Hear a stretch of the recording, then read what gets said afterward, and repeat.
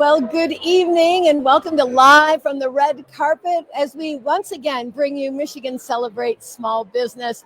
I'm live, Sherry Jones from the Breslin Center in East Lansing tonight. This is a packed house. The energy is just abundant in this room. So many people are excited. There is so much to celebrate. We have some incredible awardees and we cannot wait to share their stories with you. I'm going to start first by welcoming in Miss Rachel Swanson. She is with ABA Pathways. Congratulations. Thank you. Yes, we're very excited to be here. Thank you so much. Is this a dream come true for you? It is. It's a high honor and really just super fun to celebrate together. We brought our whole team out, all 12 of us. We're all the leaders in all our centers, and it's just a moment to take a breath and really, it's a lot of work, a lot of hard work, and so it was really nice to take a breath and celebrate.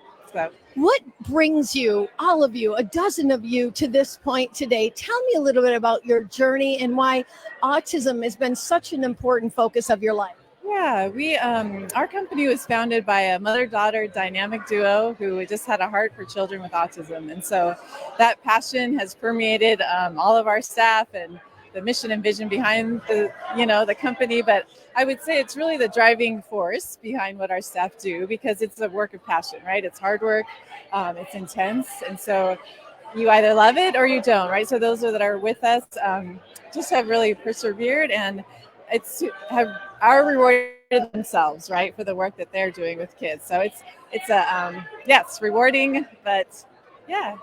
Tell me exactly, for our listeners and watchers, what is it specifically that you can encourage them to do to pick an active role in autism in their community, and how can your business help? Yeah, that is a great question, actually, Sherry. So we at ABA Pathways provide a holistic, person-centered approach for therapy for children with autism. But often we find that parents don't know their rights, even with their own pediatrician. So I think leaning in on, if your child might be missing a milestone or something that you as a parent, you know your child the best, right? So be an advocate, say something to your pediatrician, reach out to different providers that might be a good resource for figuring out, what might be going on with your own child. And I think a big part of it really is helping communities understand too. We like to say we're neurodiverse, right, our population. And so everybody is on their own journey and their own path. And we get the privilege of coming alongside family sets to help each child figure out, their best path to success. And so, I would say just advocate as much as you can for anyone in your life that might have autism. And sometimes it might be a tough conversation to have because you as an outsider may see things differently than the parent. But if you come in and say, I'm noticing this, but here are some resources, and really that's where you come in. Yeah, and there's a lot of actually really helpful online tools like the MChat where you can get on as a parent in the evening if you just want to check yourself, right? And then you can kind of take those findings to your pediatrician or to your provider and just, advocate on behalf. Here's what I'm noticing. I'm the parent. I can see it, but what do you think? Yeah, I feel like you can direct the care for your child the best and speak for them the best. Yeah. So, well, congratulations. I can't wait to introduce you down at the wrestling floor. Enjoy and tell your company congrats. All right. Thank you. So exciting. It's stories like that, one after another, that we're really here to celebrate tonight. And you can hear the enthusiasm. So let's bring in someone next. Hi, how are you? Good, about yourself? Good. Are you doing great? Oh, man, it's absolutely fabulous. Mr. Jeremiah Smith, and you are with Allegiant Laundry Services. That's right. And you are the Minority Small Business of the Year. Congratulations. Thank you. I appreciate it. What a journey this has been for you. I know, right? It's like crazy. I can't believe it. So exciting. Really. Yeah. Tell me about the idea that you got to start your business. And I know it's important. There are so many families struggling, and you are out there providing the service that's a necessity. So Allegiant Laundry was started by an idea/problem. My mother was in the hospital with an immune disorder, and I watched the doctor touch the divider, medical cubicle curtain, then touch my mother. And I did the same thing, my nephews, etc. I said, well, how often are you guys cleaning the curtain was my question. And no one really had an answer. So I took that to Western Michigan University Business College, connected with those guys. We did a whole study year long, and then I presented it to Bronson Hospital, and I was able to get all environmental products in the medical cubicle curtains. And I was able to, they also threw me an alley-oop, and I was able to go out and get other hospitals as well. So that's how Allegiant originally was started. How many hospitals now are you in off the top of your head? It's like 3 or 4, right? Outfits, right? Yeah. Because that's really one thing we don't think about, the curtain. We think about the sheets and the towels, but you know what? The curtain is there. Absolutely. It's very important, right? Everyone touches the curtain, from the nurses all the way down to the visitors. So Allegiant, we take pride in cleaning the curtain, pressing the curtain, and protecting the outer layer of microbiotic protection on it. So they're essentially, it doesn't destroy the curtain and its protection layers when manufactured. So that's fantastic. You know, when you got this idea and then you presented it, people, I think, would say, why didn't we think of that before? Like, how come no one thought of that before? I think people have thought of it, but the deal is, the difference what we did was we got the message out. We showed why it's important versus, hey, let me just clean your curtain, right? How often you clean your curtains at home, you don't think about that. But when you go to a hospital environment, that's a whole different ballgame. So it's more about pushing the narrative of safety. Plus, it was my mother we was talking about, and I was like, if I can help her and help others, that's a win-win. It's beautiful. How many people working for you now? 7. Wow, Yeah, we got 7 that's employees. A dream come true too. Absolutely. But listen, you can't do anything without your staff. No. So I want to give a big shout out to my staff because they helped me so much, especially during COVID, after COVID. I really appreciate it. You gotta have help. For you, what are you thinking about? So Allegiant Laundry is partnering with several hospitals and searching. We need a few more partnerships to complete this deal for the Midwest. And what we're going to do is we're going to build a high energy efficient medical textile processing plant with high levels of automation, green initiative. So if there's any hospitals out there looking to check the box on being green, looking to check the box on minority, I'm your guy. You know, this is going out all over the state right now. I'm really hoping that someone will pick this up. What is your advice to other people that are thinking about maybe starting something unique? How do you get the gumption to do that? Well, listen, first of all, you got to not listen to the people that are working the 9 to 5. No disrespect, but this is the deal. They can never jump off the diving board and get wet. And a real entrepreneur, you got to have both feet in to swim. It's going to hurt. They're going to talk about you. You're going to get lonely. That's normal. Just do it. Jump into there and do it. Pray hard, push hard, and be creative. That's the sauce. Oh, and get some mentors. Look at that. Yeah. Oh my God. Mentors. Yeah. Fantastic. Yeah. We all need to write that down. Yeah. Well, you are an inspiration. I really mean that. I think that a lot of people have ideas, but they don't always, like you said, jump into the deep end, make it happen. Right. Jump. Please jump. Pray hard. Jump. Don't look back.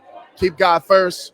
And when you fail, just get back up, because everybody failed, whether you're working a 9 to 5, whether you are an entrepreneur, whether you're a mom or dad, you're going to fail, but keep going. That's the part that feels great. Like being here today is unreal.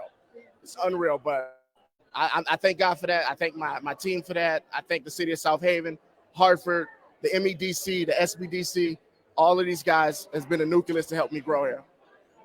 Why did you pick Western? Did you go to school there? Did it have something? How did you pick Western? No, the SBDC, John Schmidt, he's like my business guru, counselor, godfather. I came to him with the issue. He said, I think I can help you out. And he connected me to the Business 3 class at Western. Networking, right? Having the mentors and not being afraid to ask for help, because most people want to help. That's awesome. Yeah. And then seed money, did you just, because of that, the money you just got support, financial support? So here, let me tell you something's very important. I want to give a special shout out to Dana Getman of Getman Corporations. Okay? I'm an African-American. I'm a black guy. It's very clear. All right?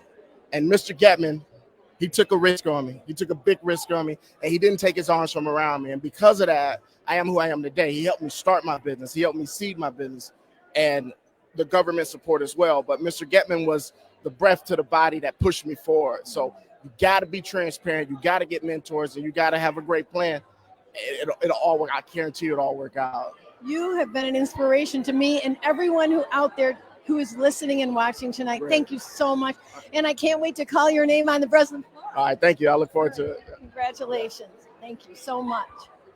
Wow. I think, hello, no problem. I'm on live. Congratulations, you guys. I'll talk to you in a minute, okay? Congrats. Thank you, Phil. No problem. Hi, how are you? John. Nice to meet Here's you. my card. Okay. All the good stuff. Oh, I know. Ladies and gentlemen, this is one of the interviews that I've waited all night to do right now. Mr. John Tellier. And I want to say thank you first for your service. You're very welcome. And that you have taken some passion of yours and turned it into something that is helping hundreds and maybe thousands of people. So first of all, congratulations to you from me. Thank you. For everyone that supports you because of your service. So you really saw a need and you filled that. It's so impressive. Tell everyone about it. Yeah, actually, I was kind of pushed into it. I found myself out of work and wondering what I was going to do next. And then we decided that we would take our experiences and turn those into an opportunity and sell to the government. And, the first year was just pay our bills. And the second year, take a salary. A couple years later, we hired our first person, and then we figured, well, we needed to move out of the house. And Right, that's how it goes. and that's how it goes. Start small. You have to start small, and and 20 people later, and 17 years, we're pretty excited about helping other businesses that want to pursue opportunities in the government. You know, it's interesting. Sometimes when the bad thing happens, it really ends up being one of the best things. If you can move through that situation, which you did. Yes, absolutely. And like I said, if you were to ask me, rewind the clock, would you do it all over again? I'm not sure. And so sometimes I think entrepreneurs and small business owners who have good ideas or want to do something just need a little push. I wouldn't say losing your job is the desirable push, but we took advantage of it and made it work. So in a nutshell, tell people at home exactly what services you provide to help them navigate the government. Oh, absolutely. So Jetco Solutions is a service-disabled small business. We help other businesses sell to the government. Okay, it can be very tricky and challenging. So you kind of you clear up the waters. We clear up the water. We translate. We help other companies understand what the government is looking for and how they buy. And it's very daunting. And there's a lot of people that try and do it unsuccessfully. And then I just say, hey, come talk to us. And if we can't help you, we'll tell you that. And if we can, then we'd love to work with you. And the government buys everything, products and services. You just have to figure out, do they buy enough that it would make sense to outsource it or hire us? Yes. I can't wait to call your name on the red carpet. Thank you so much. Congratulations. Have a great evening. Wonderful. So that's what's so fun about all the unique stories that you're hearing, and just amazing the talent right here in our own state. Hi, how are you? Hi, Suzanne. Hi, Sherry. So this is Dr. Suzanne Witt. She is with Inspired Solutions. Congratulations. You look amazing tonight. Oh, thank you. Yeah, we got the navy blue going on. Yeah. I would like you, when you see your name, I want you to clarify exactly what you do for everyone at home, because it's very impressive. Oh, yes. Thank you. So Inspired Solutions is commercializing a technology to destroy PFAS chemicals, which is a toxic substance that's present in our water. So that's what we're working on. Well, we talk a lot about PFAS in the news, and it's something that we know it's a forever chemical, right? It never goes away. It's used in firefighting foam and some of these other things, and waterproofing boots. I really am impressed that you saw the chemistry of this and decided that you were going to start a company. You must be super brilliant. Yes. No, thank you. Yeah. And that was really our co-founders. So I'm the research director, but our co-founders, they were the ones that identified the chemistry and saw what an elegant solution it was to the problem. And it's a very energy efficient solution. So yeah, it's really impressive what they've done. Yeah. Are you working with specific companies when you do this? Do you go in, or is it just after the PFAS are there and then you're helping to extrapolate them out of the environment? Mostly the latter. So we're really dealing a lot with people that have PFAS in their wastewater streams. So in the state, a lot of that is industrial facilities that have PFAS in their wastewater. A lot of landfill operators have it because we throw away these substances into the landfill and then it gets into the leachate in the landfill. So mostly it's the people that are dealing with the after effects from the PFAS production.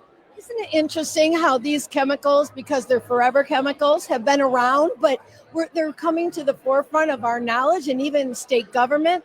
So knowing that you've created a company and you're the research person for this is very impressive. And to know that it's right here in Michigan, because this is a national problem. Yes, absolutely. Yeah, and it's a global problem too. So our business is actually starting to get some interest from people outside the U.S. as well. So that's really exciting.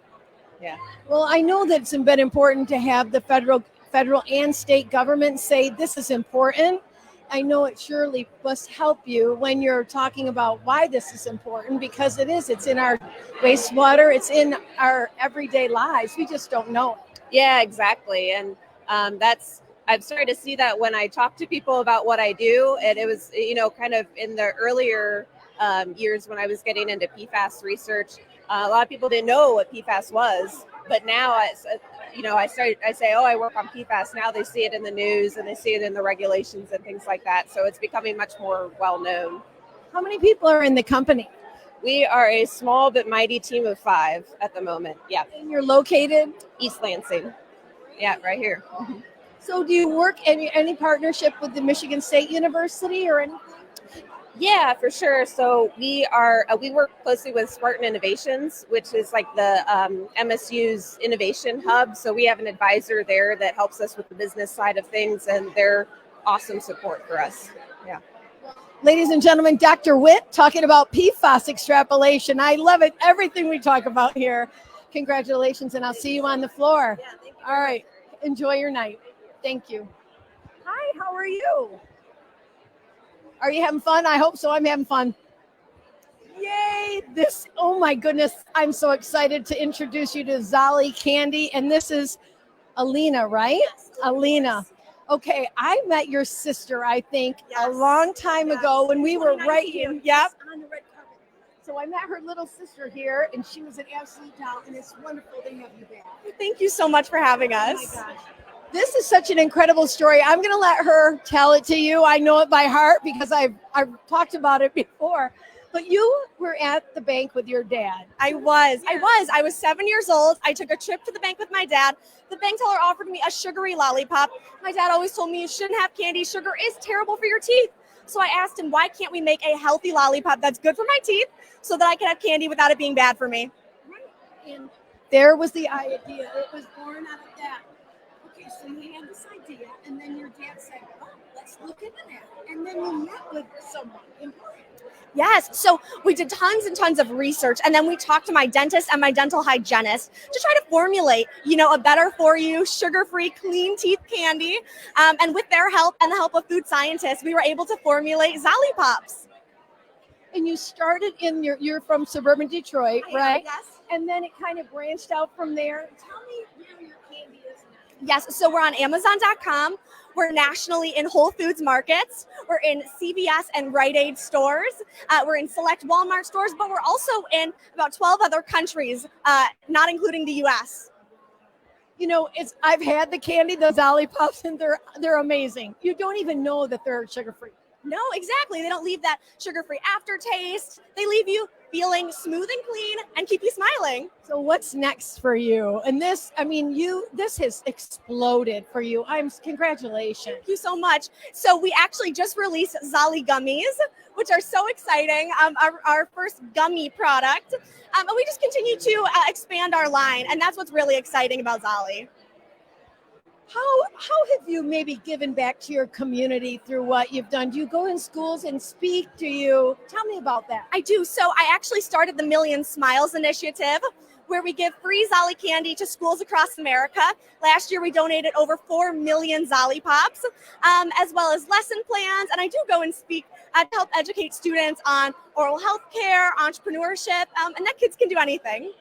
Congratulations. My best to you and your family. Thank you so much. Keep All right. smiling. Thank you. You too. I'll see you down on the floor. Yeah. All right. Well, that pretty much wraps it up from live from the red carpet and Michigan Celebrates Small Business. My name is Sherry Jones. It's been a pleasure to be your hostess this evening. Don't go away because the governor of our state, Gretchen Whitmer, is going to be joining us down on the Breslin floor. So keep it right here, and I hope to see you next year.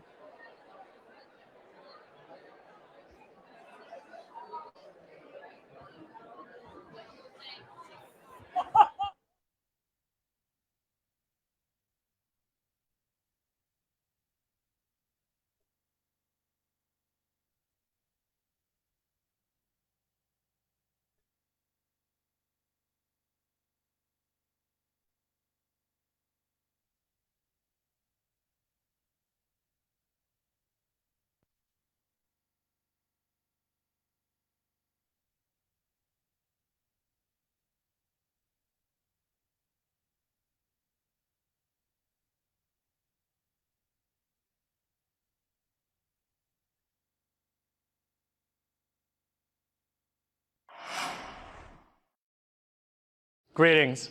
I'm Quentin Messer Jr., CEO of the Michigan Economic Development Corporation. How cool that you're a winner. I want to tell you congratulations. As someone that's tried to be a part of successful businesses as an entrepreneur, I know how much you and your family sacrifice. Congratulations. We know that there's nothing small about a small business owner, and we congratulate you on this tremendous, huge win.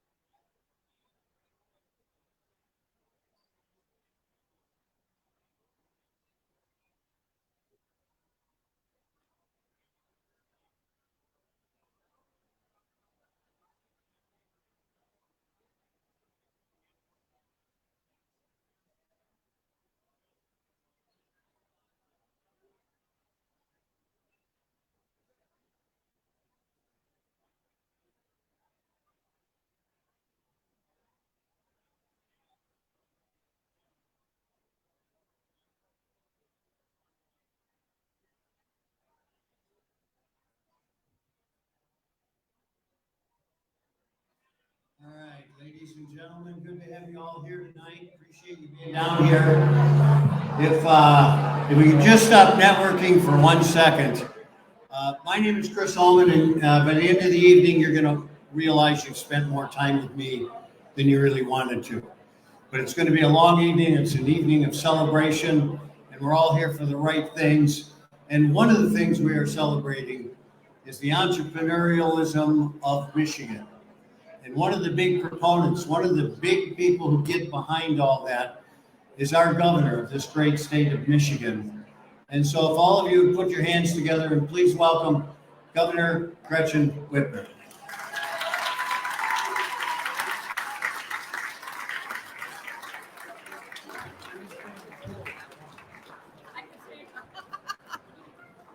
Chris just told me I can say he's cool if I want. He's cool. All right. Thank you. I'm so pleased to be here with all of you. We got a little feedback. Okay.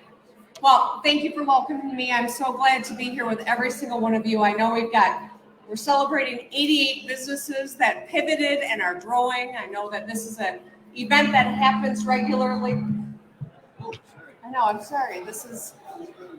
My microphone's a little, is that better? Okay, good.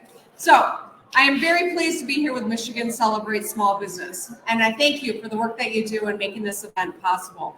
I want to congratulate all of tonight's winners and honorees, and I want to recognize all of the entrepreneurial, hardworking, and creative small business owners in the room today.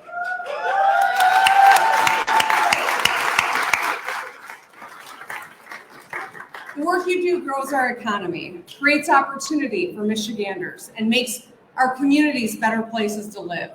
And so on behalf of my partners at LEO and MEDC, thank you for betting on Michigan. We are here to support you, to support your growth and success. And now I just want to take a couple of minutes to talk a little bit about our shared priorities and the work that we're doing to make sure that we can help businesses, small businesses across Michigan thrive. First, we got to start with talent, because I know when I'm talking to business owners all across the state, it is looking for workforce, it is looking for talent. I have heard from quite a few young people and workers across the state about how hungry they are for opportunity and eager to find good paying, in-demand jobs. To bring these two forces together, the business community and talent, we have established and funded a number of programs to meet your workforce needs and create opportunity for Michiganders. The Michigan Reconnect, which offers Michiganders 25 years old and up a tuition-free associate's degree or skills training. I'm working this session to try to expand that to people 21 and up.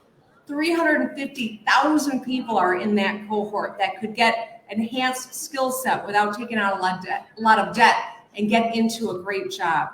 Growing Pro, which we have worked with many of you on, to help and develop our in-house skills and talent. And the Michigan Achievement Scholarship.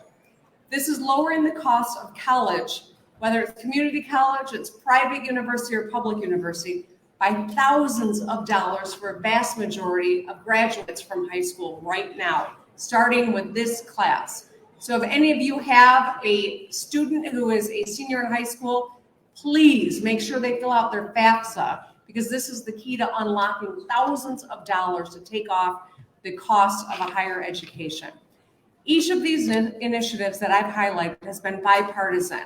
It helps Michiganders reach their potential without going into debt, and it helps Michigan business get the workforce, the qualified workforce that you're looking for. But we know that talent doesn't begin with the graduation from high school. Business owners know that a strong education system has a direct correlation to their future growth, because today's students are tomorrow's workforce, are tomorrow's entrepreneurs, are tomorrow's small business owners. And that's why we have made record bipartisan investments in education from pre-K through post-secondary. We've connected students with career and tech educational options, apprenticeships, and we are incorporating personal finance classes into our graduation requirements soon. We want our kids to graduate ready to pursue either a higher education or an apprenticeship, raise a family, learn to run a business. These are the qualifications and the qualities that we are looking to enhance when it comes to Michiganders of all ages. Now let's talk about the three kinds of development that we're all focused on: housing, community, and economic. Housing is inextricably linked to workforce challenges, and small businesses know this well. Families want to live in communities near where they work, and they want to have a good quality of life. And that's why we've worked across the aisle early this year and secured enough funding to build thousands of housing units all across the state. These are tools we've always had, but we've never funded them. This is also a recognition that every community is different. Housing needs are different in communities, but it is a universal need. And that's why we've created our statewide housing plan that we released late last year. Tied to housing development is community development. People and businesses want to be in communities where they see growth and potential. They want safe, attractive places to live and work. In the same supplemental where we funded these thousands of housing development at record levels, we also invested in community revitalization programs. These resources will be used to upgrade downtowns all across the state, converting underutilized spaces into housing, commercial storefronts, or community spaces. And finally, economic development. When we talk about economic development, we're talking about a wide range of investments. Of course, we all know the big ones that land on the front pages, but every day in this state, we are supporting small businesses to start, to thrive, to grow, to invest. We are taking an all of the above approach, not focusing on one sector, one geographic area, or one type of business. We're building housing, revitalizing communities, and bringing home jobs and supply chains back to the United States and back to Michigan specifically. So I want to thank you for taking a bet on Michigan. Being married to a small business owner, I know that just the act of starting a small business is an incredible amount of courage and fortitude in what it takes to be successful. When you open up a small storefront in your hometown, that first email that you send to friends and family who you're reaching out to grow your business, you're betting on yourself and you're betting on the state of Michigan. And I want you to know that the state values the work that you do, and I personally do as well. In March, just over 12,000 new small business applications were submitted by Michiganders. Whoever whistled, thank you, I love you. All right. And over the last 3 years, the median number of business applications has been 50% higher compared to the 2 years before. We see a real spirit of entrepreneurism in the state. There's more good work to do, without question, but there is so much energy and enthusiasm across Michigan. We will make our state a better place to live, to work, and to invest in. And I thank you all for being such an important part of our economy, such an important part of communities across the state, and such an important partner in the work that we're doing in Lansing. Thank you and have a great evening.